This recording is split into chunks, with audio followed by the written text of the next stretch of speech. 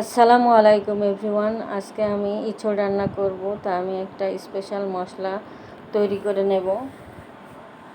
আমি কড়াই কিছুটা তেল দিয়ে নিয়েছি। এবার বেশ কিছু পরিমাণ পেঁয়াজ কুচি দিয়েছি, 3-4টা এলাচ দিয়েছি, আর কিছুটা গোটা জিরা দিয়ে এটা ভেজে নেব।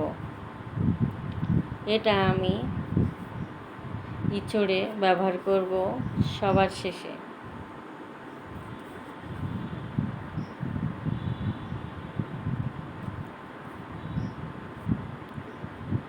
তো আমি এটা বাদামি কালার করে ভেজে নেব।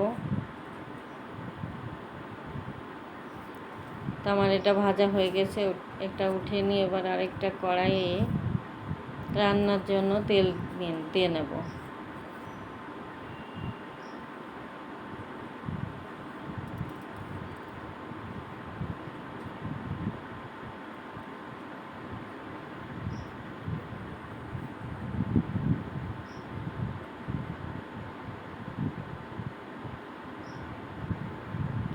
আদা পেস্ট, রসুন পেস্ট, পেঁয়াজ পেস্ট,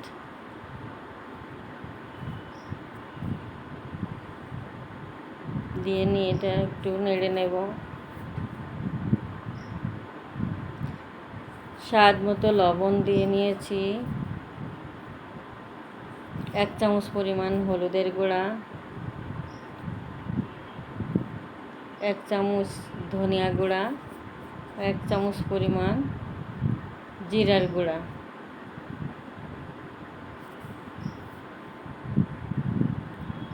1 চামচ পরিমাণ শুকনো মরিচের গুঁড়া দিয়ে নিয়েছি। এবার এটা ভালো করে মশলাটা কষিয়ে নেব। আমি একটু সামান্য পানি দেব যেন মশলাটা পুড়ে না যায়।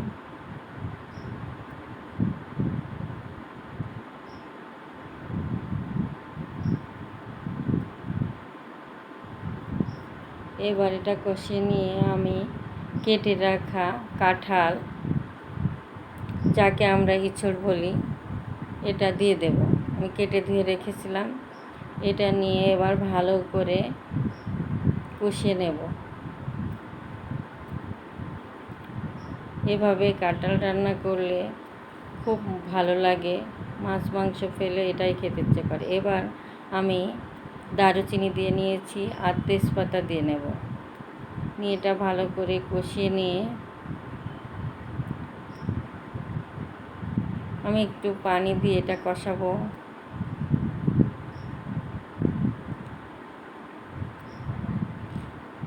যেহেতু এটা কাঁঠালটা এখনও ফোলা আছে, এজন্য খুব বেশি পানি লাগবে না, অল্পতেই সিদ্ধ হয়ে যাবে।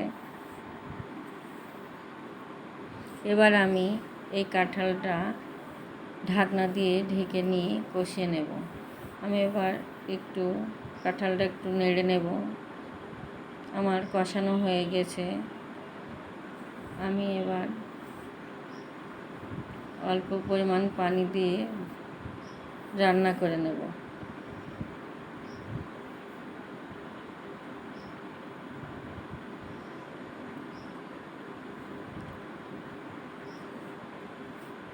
এটা খেতে যে কত ভালো মজা লাগে, আমি একটু ঘুটনি দিয়ে হালকা করে ঘুটে নেব।